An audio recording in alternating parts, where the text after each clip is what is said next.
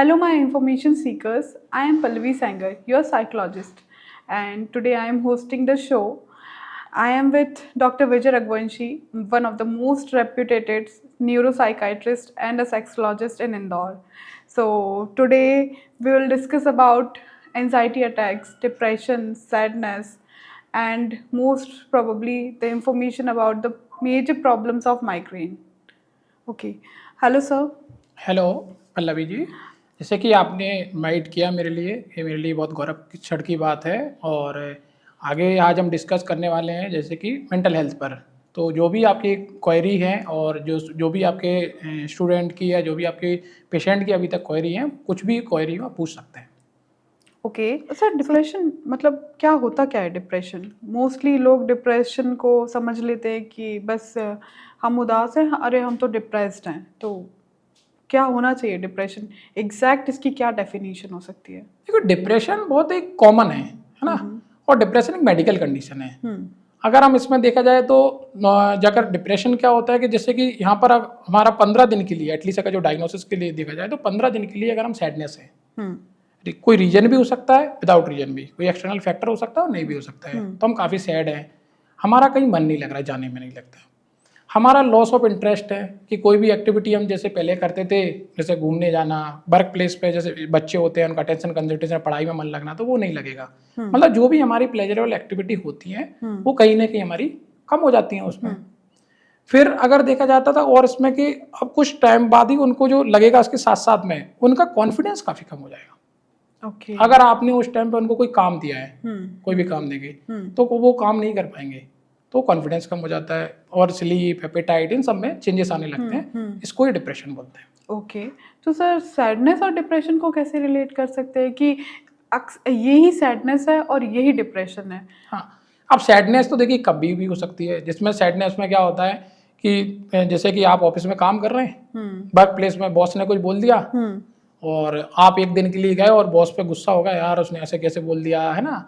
और पूरे दिन सब आपका मतलब जो भी आप काम कर रहे थे वो आप में काम में मन नहीं लग रहा है, पूरे दिन से आप उदास है। बॉस ही बॉस को आप जो भी आपके कमेंट करना है, जो भी आपको आर्ग्यू करना है बॉस के बारे में, आप पूरे दिन ओवर थिंकिंग हो रही है आपके पास, तो ये सैडनेस है। बट इसके साथ साथ में अगर ये ट्रिगर फैक्टर कंटिन्यूअस 15 डे तक बना रहता है और इसके कारण जो हमारा क्राइटेरिया कुछ फॉलो होते हैं, जैसे मैंने बोला loss of interest, other activity में भी कहीं मन नहीं लगना, तो ये डिप्रेशन है। फैक्टर एक ही है, पर सैडनेस सिर्फ कुछ टाइम के लिए होती है और ये परसिस्टेंट होती है, इसलिए बोलते हैं परसिस्टेंट डिप्रेशन। मतलब सैडनेस तो सिर्फ एक फीलिंग है, एक इमोशन है, और डिप्रेशन ऑब्वियसली मेडिकल कंडीशन है। मेडिकल कंडीशन है। तो सर डिप्रेशन के क्या सिम्टम्स हैं कि ये शुरुआती स्टार्टिंग हो गई है, माइल्ड है डिप्रेशन, हम पता लगा सकते हैं कि अब डिप्रेशन है and we have to go to the doctor?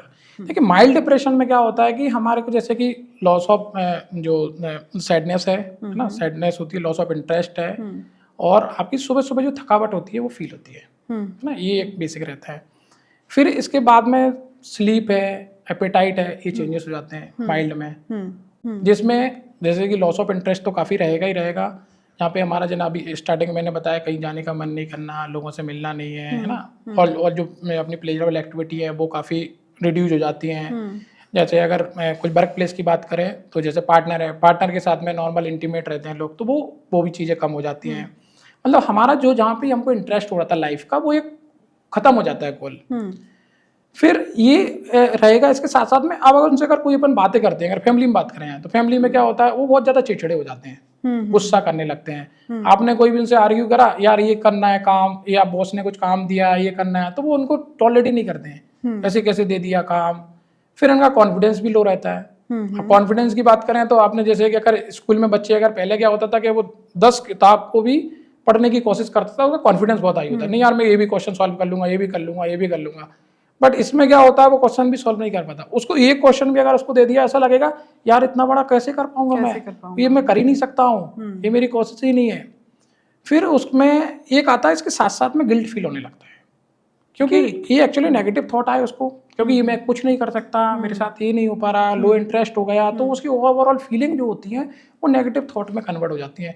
जो भी उसके भविष्य में कुछ हुआ होगा, मतलब जैसे कि मान के चलो कुछ स्टूडेंटों के क्वेश्चन आते हैं, यार मैं वो वाला सब्जेक्ट ले लेता तो अच्छा रहता है ना, ये मेरे साथ ये मेरी वो एज ए पुरानी अगर कोई इनका रिलेशनशिप रहा है तो उसने मेरे को धोखा दिया होगा, या फैमिली में कोई उनकी घटना घटी, तो मतलब पास्ट में जो भी उनके साथ बेकार चीजें हुई होंगी ना, वो हमेशा उसके थॉट आते रहेंगे। हाँ, मतलब फ्लैशबैक्स तो आएंगे ही फ्लैशबैक उसको आएंगे। हमेशा वही चीजें आएंगी, लेकिन जो उसके साथ बुरा हुआ अच्छी हाँ, पार्ट कुछ चीजें नहीं ऑब्वियसली आएगा, ऑब्वियसली। तो वो उसकी फीलिंग्स होती हैं, और भविष्य को लेकर भी वो रहते हैं। हम्म फिर गिल्ट में क्या रहता है कि वो अपने आप को बिलीव करता है, हर चीज को ब्लेम करेगा कि यार जैसे कि अभी कुछ टाइम पहले आपने कोटा का जो केस देखा, उसमें पेरेंट्स को भी हम वही बताना चाहेंगे कि इसमें क्या होता क्या है कि उनकी इच्छा के विरुद्ध काम नहीं हो रहा है।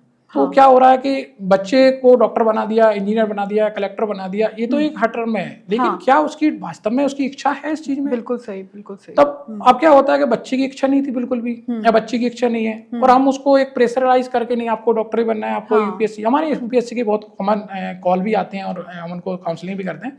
तो ऐसे बहुत बच्चे हैं जो चाहते नहीं है, बट पेरेंट के द्वारा दबाव बनाया जाता है कि आपको ये करना है। हाँ, जितनी इंडियन सोसाइटी हमारी अच्छी है, तो वो उतने क्या pros and एक्चुअली cons भारी भी हैं। चीजों को देख रही है, हम ये नहीं देख पा रहा कि बच्चा जो 10th क्लास के बाद में उसको समझना पड़ता है कि यार उसने सब्जेक्ट लिया ठीक है, बट उसने उसकी कैपेबिलिटी है, वो अंडरस्टैंड कर भी पा रहा है कि नहीं कर पा रहा, उसको मजा आना चाहिए कोई भी चीज में। अब वो दबाव में है, तो वो उसके बाद में पेशेंट या तो वो जो अपना जो रहता है, इसको डिप्रेशन आया है, वो या तो ब्लेम करेगा खुद पर, क्या बोलेगा यार ये भी मेरी गलती है, मुझसे ही नहीं हो पा रहा, पापा ने तो मुझे हेल्प करी, पापा तो मेरा सब कुछ अच्छा करना चाह रहे हैं, लेकिन मुझसे ही नहीं हो पा रहा। तो वो खुद को ब्लेम करते करते वो इतनी सीवियरिटी पहुंच जाता है, कहीं ना कहीं उसको सुसाइडल थॉट पर भी पहुंच जाता है वो।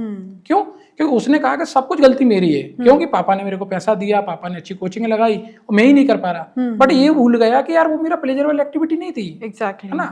तो वो जब आप किसी प्रेशर में काम कर रहे थे आप, जब और पेरेंट्स उसे प्रेशर बनाए जाते हैं, तो वहां पर बच्चा कुछ अपने डिसीजन ही नहीं ले पाता, ना वो किसी फ्रेंड सर्कल से शेयर कर पाता उस बातें, और अगर नहीं कर पाता तो वो वास्तव में उस कंडीशन तक पहुंच जाता है जो एक लाइफ को मतलब एंड ऑफ लाइफ ही हो जाती है बच्चे की। सो सर, इस बेसिस पे आप पेरेंट्स को क्या कहना चाहोगे कि कैसे बच्चों को मतलब गाइड करें? पेरेंट्स को देखिए, हम यही बोलना चाहेंगे कि पेरेंट्स को हमेशा एक बच्चे से प्यार, मोहब्बत जिसको बोलते हैं, वो रखना चाहिए, उसके थॉट लेवल को जरूर समझना चाहिए।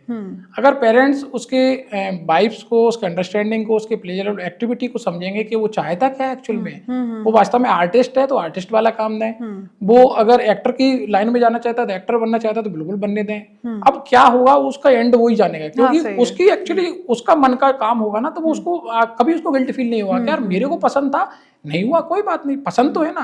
बट पेरेंट्स का काम होना चाहिए, 18 ईयर के बाद हम किसी की देखो पर्सनैलिटी चेंज नहीं कर सकते। बिल्कुल बिफोर 18 हम ठीक है उनको गाइड कर सकते हैं, नहीं बेटा ये करना चाहिए, वो करना चाहिए, और 18 के बाद में हम सिर्फ उनको एक ऑब्जर्व कर सकते हैं, और वो क्या करना चाह रहे हैं उनको ऑब्जर्व करिए। हाँ, कोई गलत रास्ते में नहीं जा रहा है, वहां पे उनको गाइड कर सकते हैं कि बेटा ये थोड़ा गलत है, ये सही है, वो एक आप छोटे क्राइटेरिया हो सकते हैं, बट उनको ऑब्जर्व कर सकते हैं। उनमें हम ये नहीं कर सकते कि आपको यही करना है, आपको डॉक्टरी बनना है, आपको इंजीनियर बनना है, आपको आर्टिस्ट बनना है, लेकिन वो क्या चाहता है, वो अगर आप स्पोर्टमैन बनना चाहते हैं तो स्पोर्टमैन बनाए, जो मतलब उसका प्लेजरेबल है ना वो उसको बनाए। तो काफी हद तक हम इस डिप्रेशन वाले फेज से भी, और स्टूडेंट की एक बेहतर ग्रोथ जिसको बोलते हैं कि क्वालिटी ऑफ लाइफ उसकी सुधरेगी, वो काफी अच्छा उसका रिजल्ट रहेगा जिंदगी भर वो हैप्पी रहेगा। तो सर, इस बेसिस में चलें, पेरेंट्स तो मान गए कि हाँ चलो ठीक है हम इस तरीके की पेरेंटिंग करेंगे, और सेकंड पॉइंट पे स्टूडेंट जो है वो डामाडोल हो रहा है कि नहीं मैं तो ये करूँगा, फिर उसके बाद वो बदल जाता है कि मैं ये करूँगा, एंड देन वो उसी सिचुएशन में डिप्रेस्ड हो जाता है। तो उस बेसिस में आप स्टूडेंट्स के लिए क्या कहना चाहेंगे? नहीं, स्टूडेंट को देखो, पहले वही बोला ना कि हमको जब भी कोई भी डिसीजन ले, वो स्टूडेंट बदलता कब है, क्योंकि पहले उसके अलग थॉट दे दिए, चेंज कर दिए, फिर उसके अलग थॉट दे दिए। बिल्कुल स्टार्टिंग से ही हम उसको, जब अगर उसका लाइन अच्छी रहेगी और वो उसकी प्लेजरेबल जो चीजें रहती हैं, अगर वो उसमें काम करेगा तो स्टूडेंट को डाउट नहीं आएगा, क्योंकि उसने पहले जो डिसीजन लिया है उसने खुद नहीं लिया। हाँ, फिर उसके बाद अगर कई बार ऐसा होता है ना कि हम जैसे कि अगर एग्जांपल बात करें, यूपीएससी में चले गए, है ना। हाँ।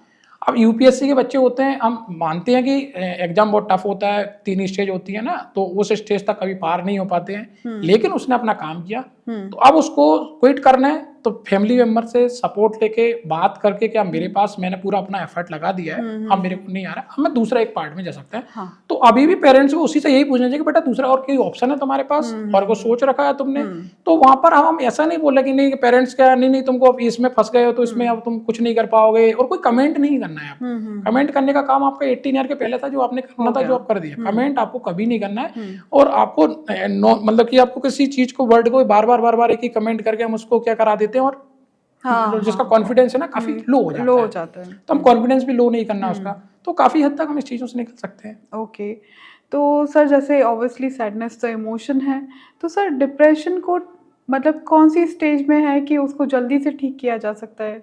देखिए डिप्रेशन को एक्चुअली स्टेज से मतलब नहीं होता, बट अगर हमको जैसे कि मैंने स्टार्टिंग बताया कि माइल्ड अगर सिम्टम आ रहे हैं, माइल्ड सिम्टम में क्या हो रहा है कि उसको मन अच्छा नहीं रह रहा, सैडनेस रह रहा है। अब जो और एक्चुअली समझ में कब आता है डिप्रेशन, सबसे अच्छा पार्ट होता है इसमें जो भी जिस वर्क प्लेस पे है, मतलब मैंने अभी एग्जांपल बताया, स्टूडेंट है उसका टेंशन कंसंट्रेशन कम हो गया। पहले बच्चा स्टूडेंट बहुत बढ़िया था, अब पहले उसकी अगर क्लास में देखा जाए तो वो टॉपर भी था, 98% आते थे, बट अचानक से उसके 2-3 महीने से ऐसा दिख रहा है उसका ग्राफ एकदम खराब है। यहाँ पर उसकी क्लिक करना चाहिए हमको कि ऐसा क्या हुआ कि इसके, फिर हमको उसको पेरेंट्स से या जो भी बात कर सकते हैं वो उससे बात करें। सेकंड पार्ट में अगर हम वर्क प्लेस में काम कर रहे हैं, हमारा पहले काम बहुत बेटर था, हम जहाँ पे भी काम करते थे हम बॉस के लिए एक सही काम करते थे, बॉस हमसे खुश रहता था सब कुछ, लेकिन कुछ दिन से हम देख रहे हैं बॉस क्या, अब तो ये बच्चा बिल्कुल भी काम नहीं कर रहा है, अब तो उसको बोले तो उसको गुस्सा आती है और ये मेरा काम भी करके नहीं दे रहा है। वहाँ हम इसको अंडरस्टैंड कर पाते हैं, है ना। कोई भी जहाँ पर अदर वर्क प्लेस हैं, चाहे जो लोग सब्जी भी बेचते हैं या लोग फार्मर हैं, फार्मर किसानी में जो अगर काम करते हैं तो किसानी में काम नहीं कर पाएंगे ना। जो किसान लोग होते हैं 1 साल खेती भी नहीं करेंगे, वो उनका इंटरेस्ट ही नहीं हुआ खेती में करने में, हाँ, सही है। क्योंकि हमारा मन ही नहीं लग रहा, वो मन ही घर पे नहीं ही है बना इसमें। रहेगा। तो हर एक इंसान का जो भी उसका वर्क प्लेस होता है वहां से सबसे अच्छा, रिलेशनशिप की बात करें, काफी डाइवोर्स होते हैं इसके कारण, बिल्कुल। मैक्सिमम होते हैं। क्या होता है कि एक दूसरे को इसके बारे में समझ में नहीं आता। अब वो इवन खासकर नए नए कपल में बहुत होता है कि नए नए में क्या होता है, both are adjust for the new married, है ना, न्यू कपल जैसे बनते हैं तो न्यू मैरिड के दोनों के लिए मैरिड हुए हैं और एडजस्ट करने में इशू आते ही है। तो वहां पर क्या होता है, एक बंदा अगर डिप्रेस फेज में है, सामने वाला उसको जज नहीं कर पाता क्योंकि उसको नहीं पता कि डिप्रेशन वास्तव में ये है, वास्तव में नौटंकी कर रहा है ना। तो यहाँ पे एक समझ में आता है, तो वो चीज को, फीलिंग को समझना चाहिए। जो सिम्टम अगर उसको वास्तव में दिख रहे हैं तो उसको एक मेंटल हेल्थ प्रोफेशन को दिखाएं, तो वो उसकी लाइफ में अच्छे से मैनेज कर पाएगा। और जैसे चाहे इंटीमेशन हो या अदर चीजें हो, वो नहीं कर पाता वो लाइफ में, क्योंकि उसको इंटरेस्ट ही नहीं होता चीजों में। इंटरेस्ट नहीं आएगा तो वो लो फील करेगा, कुछ लो फील करेगा, कॉन्फिडेंस लो हो जाएगा, कोई भी काम करने का उसको मन नहीं करेगा। तो जब रिलेशनशिप में भी कहीं ना कहीं होता है तो ऐसे डाइवोर्स की तरफ ना जाते हुए उसकी फीलिंग को समझे, चाहे मेल फीमेल की तरफ, फीमेल मेल की, दोनों की एक एम्पैथी इसको बोलते हैं, उनकी तरफ हमने काम करना चाहिए। सही है सर। तो सर ये कैसे पता चलेगा कि अब डिप्रेशन है इसको और अब इसको अटेंशन की ज़रूरत है? ये क्या अपने आप ठीक हो सकता है सर डिप्रेशन? नहीं, डिप्रेशन देखिए कई बार अगर माइल्ड केसेस हैं तो हमारा लाइफ स्टाइल मॉडिफिकेशन में भी चांसेस होते हैं, लेकिन माइल्डली केसेस में होगा, है ना। लेकिन ऐसा नहीं है कि अगर एक बार डिप्रेशन ठीक हो गया माइल्ड में, तो हमारे ऐसे कई पेशेंट वो आते हैं, कॉल आते हैं, सर हमको जब 12th क्लास में थे तब भी हमको 2-15 दिन के लिए था, बट हमने थोड़ा बहुत ही लगा, 15-20 दिन रहा, फिर वो चला गया था, लेकिन फिर आ गया ये, है ना। ये वास्तव में सही है, कई एपिसोडिक होता है, और माइल्ड अगर मॉडरेट है तो बिना मेडिसिन के भी चला जाता है, लेकिन मेडिसिन ले लेते तो हो सकता है, चांस है कि उसका आगे नहीं आएगा, और अगर मेडिसिन नहीं ली तो चांस है कि फिर से वो ट्रिगर कहीं ना कहीं करेगा। ओके, तो सर एक बात बताइए कि अब इसको अटेंशन की ज़रूरत है, अब इसको डायग्नोज भी कर लिया, हर चीज़ हो गई, तो ऐसा कौन सा स्टेज आता है जब ये सुसाइडियल हो जाता है, ये सुसाइड में कन्वर्ट हो जाता है? आप देख तो रहे हैं सर कितने सुसाइडल केसेस आ रहे हैं, हम क्योर ही नहीं कर पा रहे हैं लोगों को। नहीं, बिल्कुल देखिए, सुसाइड में हमको 3 चीज़ें फेस होती हैं। सुसाइड का मतलब होता है उसमें 3 डिल्यूजन आ जाते हैं, हेल्पलेसनेस, बर्थलेसनेस और होपलेसनेस। जब सिम्टम आ रहे थे उसको डिप्रेशन के, जैसे कि अपन ने इनिशियल में सब बताया कि उसको लॉस ऑफ इंटरेस्ट हो गया, प्लेजरल एक्टिविटी चली गई, अब वो उसको सब कुछ अंधकार सा दिखता है ना, उसको नेगेटिव थॉट आ ही रहे हैं, तो अब उसको भविष्य और सब चीज़ें नहीं दिख रही। अब उसमें 3 टर्म उसके इतने ज़्यादा परफेक्ट हो जाएंगे, इसको बोलते हैं डिल्यूजन में क्या होता है, होपलेसनेस में अब उसको भविष्य में कोई उसकी ऐसा नहीं लगेगा मेरी कोई सहायता करेगा, अब मेरा कोई सहायता करने वाला बच्चा भी है, और वो होप खो चुका होगा अपनी ज़िंदगी से लेके। हेल्पलेसनेस में क्या होता है, वो ये समझता कि मेरी कोई हेल्प नहीं करने वाला, है ना। होप में वो आसान नहीं रहता और उसमें कोई मेरी हेल्प नहीं करेगा, जो भी मेरे फैमिली मेम्बर हैं कोई मेरी हेल्प नहीं करेगा। बर्थलेसनेस, मेरा जीना ही बेकार है, मैं क्यों जी रहा हूँ, मेरा जीने का कोई मतलब नहीं है, वो जो गिल्ट आता है उसको।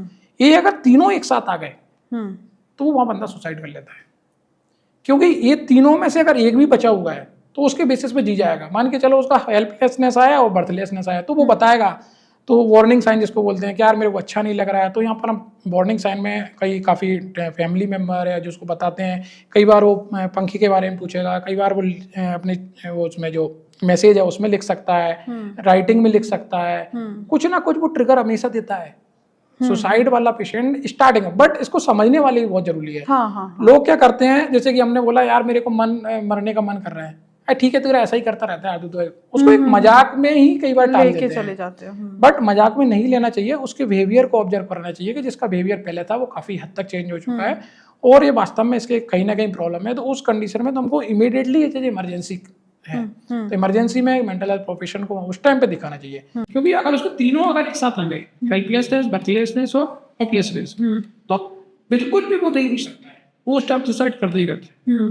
उस टाइम पे उसको हर चीज बेकार लगती है। कोई भी इंसान क्यों मरना चाहेगा? एक नॉर्मल एक क्वेश्चन होता है, हम सब जीने के लिए आए हैं दुनिया में, है ना? एक पृथ्वी पर जो आए हम जीने के लिए आए, या कोई भी पेशेंट या कोई भी लोग मरने के लिए कोई भी नहीं आया। बिल्कुल सही। बट मरता है जब उसको सब कुछ, मतलब उसकी दुनिया, उसका सब कुछ उसको मिल जाता है। अगर 1% उसको हो या 1% की हेल्प मिलती है ना, वो 100 से चाहता है मैं वो शामिल भी नहीं चुका और उसको थोड़ा सा मेंटल हेल्थ में नॉलेज होना चाहिए, तो काफी हद तक। तो सर जैसे फैमिली एंड फ्रेंड्स को ऐसे में क्या करना चाहिए, कैसे वो टेप अप करे कि इसका बिहेवियर अब बदल रहा होगा, तो वो अपने घर का या अपने दोस्तों का जो एनवायरनमेंट है वो कैसे बदले? हाँ, देखिए फैमिली और फ्रेंड का बहुत रोल है ना? फैमिली फ्रेंड का क्या रोल है? फैमिली का क्या रोल है कि फैमिली, जैसे कि अगर मान के चलो पहले हम फैमिली को एजुकेट कर देते हैं, तो पहली बार तो अपन ने बताया कि डायग्नोसिस क्या होती है डिप्रेशन की, है ना? इसमें क्या किस किस की रिक्वायरमेंट है, प्रोफेशन की रिक्वायरमेंट होती है, तो ये चीजें फैमिली को ऑलरेडी योर सेल्फ वहां से एक डायग्नोस पता रहना चाहिए, है ना? अब ये पता होंगी तो सेकंड स्टेज में क्या होगा, जब भी किसी को फैमिली में किसी को इसकी समस्या आएंगी तो उसकी बात को वो क्या करेगा, अंडरस्टैंड कर पाएगा। नहीं तो अभी क्या होता है कि अगर फैमिली को नहीं पता है तो वो अंडरस्टैंड कहाँ से करेगी, तो उसको ही नहीं पता है इस चीज़। और तो पहले तो फैमिली को चीज़ों को जब ऐसे अपन जो बातें बताई गई, अगर वो किसी फैमिली के बाद पहुंचती हैं तो फैमिली उसको जानेगी कि हाँ ये डिप्रेशन ही होता है, ये हमको किसी डॉक्टर ने बताया था, ये हमने किसी न्यूज में पढ़ा था या सोशल मीडिया के थ्रू आया था, ये डिप्रेशन है। तो उसको अब क्या करेगा कि वो अंडरस्टैंड कर पाएगी कि यार अब वो, क्योंकि उस टाइम पे क्या होता है कि हो सकता है पेशेंट उसको आर्गुमेंट कर देता है, फ्रस्ट्रेशन में गाली भी दे सकता है सामने वाले को, क्योंकि वो उसको तो प्रॉब्लम हो रही है, गुस्सा कर सकता है, तो लेकिन दूसरा वाला उसको गुस्सा नहीं करेगा, क्यों? क्योंकि वो अंडरस्टैंड करेगा। अब क्या होता है, जब उसको पता है सब चीजें कि डिप्रेशन ऐसा होता है, तो वो आइसोलेट नहीं करने देगा फैमिली। उसमें क्या करेगा, फ्रेंड होगा तो उसको कोई टेक्स्ट करता रहेगा, और भाई कैसा चल रहा है, क्या हाल चाल है तेरे। फैमिली मेंबर को पता होगा तो वो उससे डेली टच में रहेंगे, कुछ उसको कनेक्ट रहेंगे। अब क्या होगा, वो धीरे धीरे अगर जिससे उभर भी रहा है तो उसमें क्या होगा कि फैमिली मेंबर उसको नई नई एक टारगेट देते रहेंगे, छोटे छोटे टारगेट नहीं, एकदम क्या हमारे जो गोल होते हैं ना वो स्पेसिफिक होना चाहिए उस टाइम पे जब हम किसी चीज से उभर रहे हैं। अभी अगर मान के चलो आप अभी डिप्रेशन है और अब आपको धीरे धीरे फैमिली का सपोर्ट ही मिल रहा है, और अब आपको क्या करेंगे, अब आपको एकदम को इतना बड़ा गोल दे दिया, नहीं तुमको यूपीएससी करना है, तो इट इज रॉन्ग। अब उसको एक छोटा टारगेट दो कि आपको इस वाली स्टेज तक पहुंचना है, एक छोटा काम करना है, देन वो जैसे जैसे अपना मेंटली अपना फिट होता जाएगा, फिर आप वो उसके हिसाब से अपना काम करता रहेगा। तो यहाँ पर फैमिली का बहुत ज़्यादा रोल होता है, फिर उसको आइसोलेट नहीं होने देते। सेकंड, अब उसको इनिशिएट करते रहेंगे, हम डॉक्टर बताते हैं कि भाई इसके बाद में क्या करना चाहिए, आपको एक्सरसाइज करना चाहिए, डाइट लेना चाहिए, तो इसको कौन दिखेगा, सब फैमिली का ही काम होता है। तो यहाँ उसको फैमिली उसको या फैमिली या फ्रेंड क्या करें, उसको ट्रिगर करते रहेंगे, भाई आज तेरा सुबह हो गई, उठ जाओ, अब तुमको डाइट लेना है, अब तुमको ये काम करना है, तो ये सब चीजें क्या होंगी, उसको काफी हद तक वो नॉर्मल हो जाएगा। तो इतना रोल है, इतना डॉक्टर का भी रोल नहीं है, मतलब मेरे अकॉर्डिंग तो फैमिली और फ्रेंड का बहुत ज्यादा रोल होता है इन सब चीजों में। तो सर जैसे अब आपने फैमिली एंड फ्रेंड्स का तो बताया, आपने माइग्रेन का भी बताया, तो सर आज की इतनी फास्ट लाइफ में कोई किसी के लिए क्यों बैठा है, क्यों कोई सुनेगा सर? उस बेसिस में जो इतनी भाग दौड़ वाली जो लाइफस्टाइल है लोगों की, कोई किसी के लिए सुनने तो बैठा नहीं है। तो सर उस बेसिस में क्या करना चाहिए? अब सामने वाले को डिप्रेशन हो रहा है और वो बात भी करना चाह रहा है लेकिन कोई सुनने वाला नहीं है, फिर उसमें क्या करना चाहिए? देखिए अब इसमें होता है कि जब पहले अगर हमको अंडरस्टैंड कर गए, कहीं ना कहीं नीड तो किसी की भी होती है ना।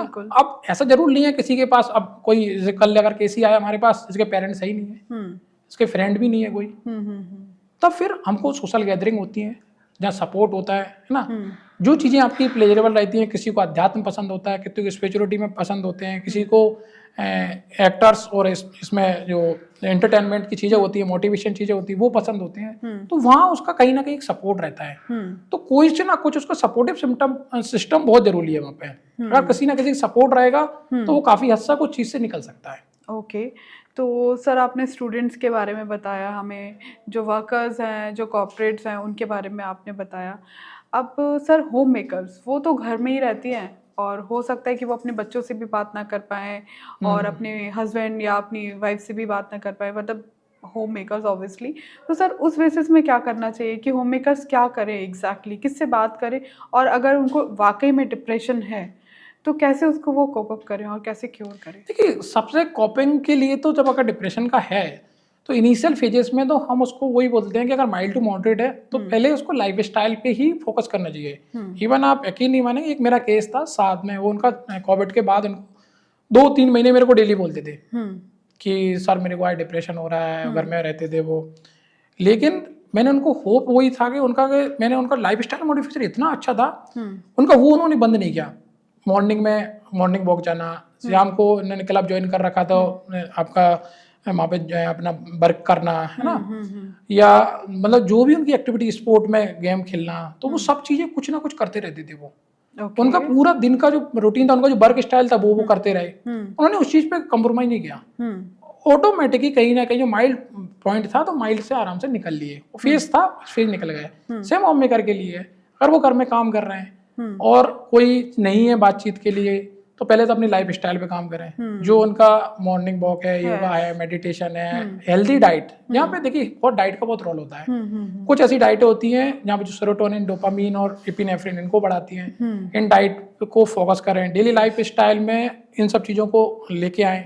फिर हमारा कई बार टाइमिंग होता है, टाइम को कैसे मैनेजमेंट करना है उस पर काम करना, छोटे छोटे ब्रेक लें किसी भी चीज में। तो उसमें क्या होगा, वो काफी हद तक जो भी प्रॉब्लम आ रही है उसे फेस कर पाएंगे। Okay okay. तो सर ये सब तो ठीक है कि मतलब डिप्रेशन हो गया, आज हमने माइग्रेन के बारे में भी बात की। सर डिप्रेशन में एंजाइटी अटैक का क्या है? मतलब डिप्रेशन में कितनी फ्रिक्वेंसी पे एंजाइटी अटैक्स आ सकते हैं या आते हैं, या कुछ लोगों को नहीं भी आता है बिल्कुल डिप्रेशन में, कुछ लोग एकदम शांत हो जाते हैं। तो सर उस बेसिस में क्या एंजाइटी अटैक्स में कैसे कोप अप करें वो लोग? देखिए, एंजाइटी अटैक में जैसे एंजाइटी आई है, अब डिप्रेशन के साथ होता क्या है, जैसे कि डिप्रेशन है मतलब एक कॉन्फिडेंस उसका लूज होगा। अब आपने उसके पास अगर अभी आपने कुछ भी उसको दे दिया, कोई भी काम दे दिया, तो उसको क्या होगा, घबराहट होगी, एंजाइटी वो होगी, घबराहट बोलेगा घबराहट हो रही है सर, ना फीलिंग अनएजीनेस ऐसा लग रहा है, अच्छा नहीं लग रहा है, वोमिटिंग जैसा ही फील होता है, हाथ पैर कप रहे हैं। क्यों? क्योंकि उसका कॉन्फिडेंस एकदम लो है। और कॉन्फिडेंस में तब आपने कुछ उसको ट्रिगर कर दिया, क्या उसको, या तो उसको कुछ काम याद आ जाए कि यार मेरा वो काम रहे, या उसको आपने कुछ काम दे दिया है, बॉस ने काम दे दिया, तो उसको वहां पे वो पैनिक अटैक करने लगता है, जिसको आगे चल के पैनिक अटैक में चेंज हो जाता है। तो यहाँ पर जो सबसे अच्छा बताया जाता है, यहाँ पे देखो साइकोथेरेपी का भी यहाँ पे काम होता है, वो तो एक पार्ट है ही ना। जो एक्सटर्नल फैक्टर है उस पर कैसे काम, वो वाला ही अलग ही डिस्कशन है अपना। जो एनवायरमेंटल फैक्टर है वो क्या क्या ट्रिगर फैक्टर होते हैं, उनको कैसे अवॉइड करना है, वो एक पार्ट होता है। फिर यहाँ पे एक छोटा सा पार्ट होता है रिलैक्सेशन टेक्निक। अगर यहाँ पर हम डीप ब्रीदिंग भी अच्छे से कर लेते हैं, 30 सेकंड के लिए इनहेल, 30 सेकंड के लिए एक्सेल, और 5 से 7 मिनट अगर उस टाइम पे कर लेते हैं, साथ में या मेडिसिन भी होती है। अगर पैनिक अटैक तेज आ रहा है तो काफी ज्यादा हम उसमें बेहोश हो जाते हैं, अभी है ना डेली ट्रीट करते हैं, तो वहाँ पे कुछ बेंजोडाइजेपिन की मेडिसिन होती है, वो भी उस टाइम में काफी जो उस कंडीशन को रिलैक्स करती है। अदरवाइज पूरी क्योर नहीं करती है, बट वो कंडीशन को थोड़ा रिलैक्स कर देती है, तो उससे हमको बचा सकते हैं। Nice, okay, very good sir. तो मतलब डिप्रेशन रियल है? हाँ, yes, okay, thank you sir. Okay, thank you. So sir thank you so much. आज आपसे बात करके बहुत सारी चीज़ें जो हैं वो क्लियर हो गई हैं। मेंटल हेल्थ बहुत इम्पॉर्टेंट है। Thank you. हाँ, और आगे भी अगर कुछ और भी क्वेरी लगती है कभी भी पूछ सकते हैं, और जो भी अगर हमारे फ्रेंड अगर कोई क्वेरी पूछना चाहते हैं या इससे रिलेटेड कभी उनको क्वेरी रही है तो कमेंट बॉक्स में ज़रूर उसको दिखाएं।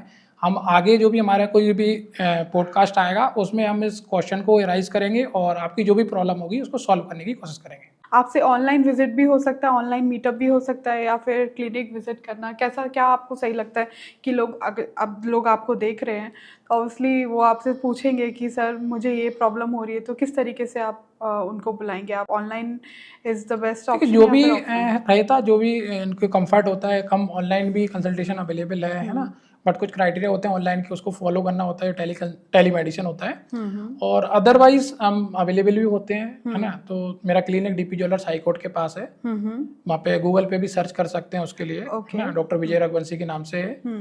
तो वहाँ पर हम अवेलेबल होते हैं और अपॉइंटमेंट उसके हिसाब से, जैसे पेशेंट रहते हैं उसके हिसाब से अपॉइंटमेंट दिए जाते हैं। Okay okay, please mention in the comment box that whatever questions you have, we can discuss further for the next podcast.